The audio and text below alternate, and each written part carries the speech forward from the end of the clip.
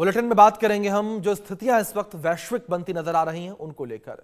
और अमेरिका का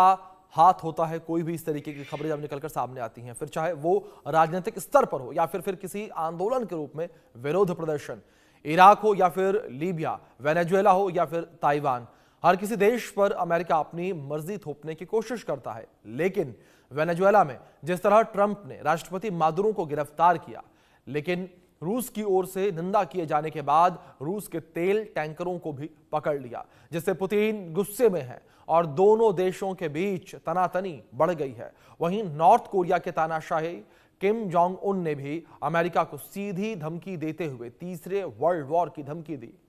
चीन ने भी मादुरो के खिलाफ ट्रंप के एक्शन को गैर कानूनी बताया, और ऐसे में बड़ा सवाल ये कि क्या ट्रंप का सनकपन परमाणु जंग करा देगा।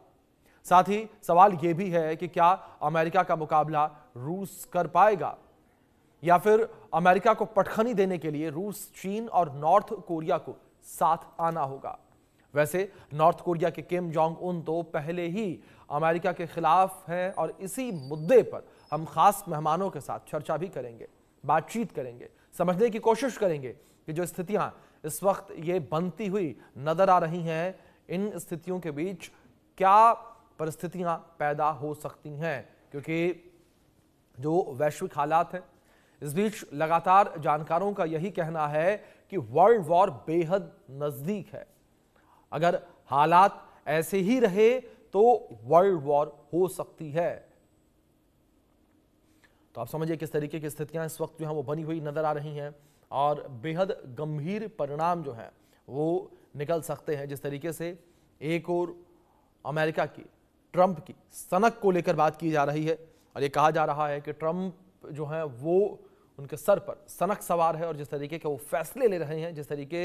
से कार्रवाइयां जो हैं वो की जा रही हैं, तो इसको लेकर यहाँ ये तमाम बड़ी बातें जो हैं वो की जा रही हैं। तो इस वक्त ये तमाम दावे जो हैं वो किए जा रहे हैं, और इसी विषय पर बातचीत करने के लिए हमारे पास तीन खास मेहमान जो है वो जुड़े हैं। उनसे हम इस चर्चा की शुरुआत करेंगे, बातचीत करेंगे। आपका परिचय उनसे करवाते हैं। हमारे साथ रिटायर्ड मेजर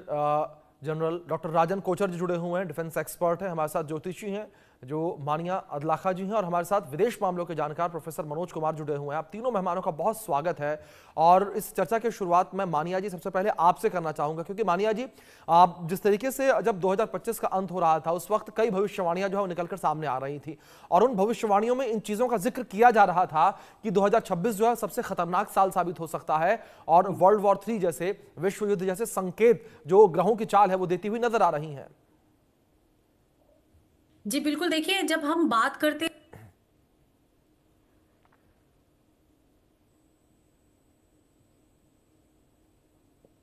मानिया जी आपका डिवाइस म्यूट हो गया, प्लीज इसे अनम्यूट करें। जी हाँ, जी ये जो सूर्य का नंबर है 2026 को जब हम टोटल करते हैं तो वो नंबर 1 पे आता है, जी जो कि सूर्य सूर्य जो है एक आग का गोला है। तो कहीं ना कहीं हम देखेंगे कि किस तरीके से वर्ल्ड वॉर की तरफ हम जो है बढ़ रहे हैं। हम ऑलरेडी एक न्यूक्लियर वॉर एरा में रह रहे हैं, तो जी हम इस एरा में रह रहे हैं। ये एरा एक चल रहा है।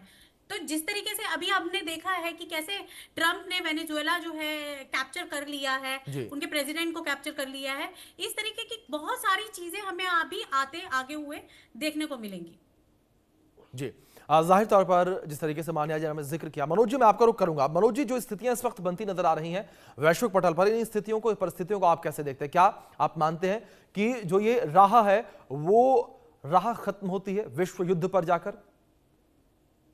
देखिए अभिषेक जी, एक चीज हमें समझना होगा कि ट्रंप 2.0 के आने के बाद से जिस प्रकार से अमेरिका ने 250 साल में पूरे वैश्विक राजनीति पे जो अपना एक वर्चस्व बनाया, वो चाहे जी लोकतांत्रिक प्रक्रिया हो, टेक्नोलॉजी हो, या ट्रेड को लेकर हो, जिस तरीके से हम डिबेट करते हैं सोशलिज्म वर्सेस कैपिटलिज्म, तो लेकिन ट्रंप ने आने के बाद से जिस तरीके से यू टर्न लिया है, हम देख सकते हैं कि डे बाय जी डे अमेरिका अपने आप को एक्सपोज करते जा रहा है। और नो डाउट जिस तरीके से पिछले कोरोना के बाद से एक हम जो मल्टी वर्ल्ड ऑर्डर की जो बात कर रहे थे, और उससे कहीं ना कहीं अमेरिका एक तरीके से कॉर्नर होते जा रहा था, और उसी को ध्यान में रखते हुए आज उसने फिर से रिबटल करते हुए पूरे वर्ल्ड के ऊपर सारे अंतर्राष्ट्रीय संगठनों के नियमों को धत्ता करते हुए, चाहे यूएनओ हो, वर्ल्ड बैंक हो, WTO हो, सबको एक तरीके से नेग्लेक्ट करते हुए अपने वर्चस्व को स्थापित करने के लिए जिस प्रकार से वो नीति अपना रहा है, वो कहीं ना कहीं वैश्विक जगत के लिए बड़ा ही चिंतनीय विषय है। अब रही बात कि जिस तरीके की घटनाएं पिछले 3 जनवरी के बाद से जो चाहे वेनेजुएला को लेके हो, और अभी जिस प्रकार से रसिया के टैंक जहाज को जो पकड़ा गया है, तो मुझे लगता है कहीं ना कहीं ये वर्चस्व की लड़ाई में और बढ़ोतरी होगा। और नो डाउट इसमें मैं जो देखता हूं कि कोई भी जब सभ्य समाज की हम बात करते हैं, वैश्विक राजनीति की बात करते हैं, तो उसमें हमें सॉवरेनिटी को और अंतर्राष्ट्रीय कानून को हमें कहीं ना कहीं सपोर्ट करना पड़ता है। और आज अमेरिका उस सब चीजों को तोड़ रहा है, वो चाहे टैरिफ के नाम पे हो या फिर जिस तरीके से वो सैंक्शन लगाने की जो बात कर रहा है। तो मुझे लगता है कि इस तरीके की अगर सारे देश खुद ब खुद इसी तरह से करने लगे, तो मुझे लगता है कि ये पूरा वर्ल्ड एक अनार्किस्ट स्टेट की तरफ चला जाएगा, और जो कि एक मानव समाज और सभ्यता के लिए बहुत ही खतरे की घड़ी होगी। और नो डाउट जिस तरीके से ये घटना घटी है, और रसिया का भी जिस तरीके से स्टेटमेंट आया, क्योंकि 2 महाशक्ति आपस में डायरेक्ट कन्फ्रंट होते हुए दिख रहे हैं, चाहे ईरान वाले मुद्दे को लेकर देख लीजिए या फिर अभी इस तरीके से जो वेनेजुएला में हुआ, तो मुझे लगता है कि कहीं ना कहीं इसका रिबटल वहां की जो हमारे जो अमेरिकन सिटीजन्स हैं, वो वर्ल्ड में बहुत जगह इसका नेगेटिव इंपैक्ट देखने को मिल सकता है, जिसके चलते कहीं ना कहीं ट्रंप को ये एक तरीके की स्थिति का सामना करना पड़ सकता है। तो मैं बिल्कुल मानता हूं कि आज का जो वैश्विक राजनीति है, उसमें ट्रंप ने पूरे एक अंतर्राष्ट्रीय राजनीति का जो एक जिसको हम बोलते हैं रियलिस्टिक अप्रोच, उसको तोड़ते हुए माइट इज राइट के आधार पे अपने आप को आगे लेके जाना चाहते हैं। और उनका जो मेगा मनोज, इस तरीके से आपने जिक्र किया कि एक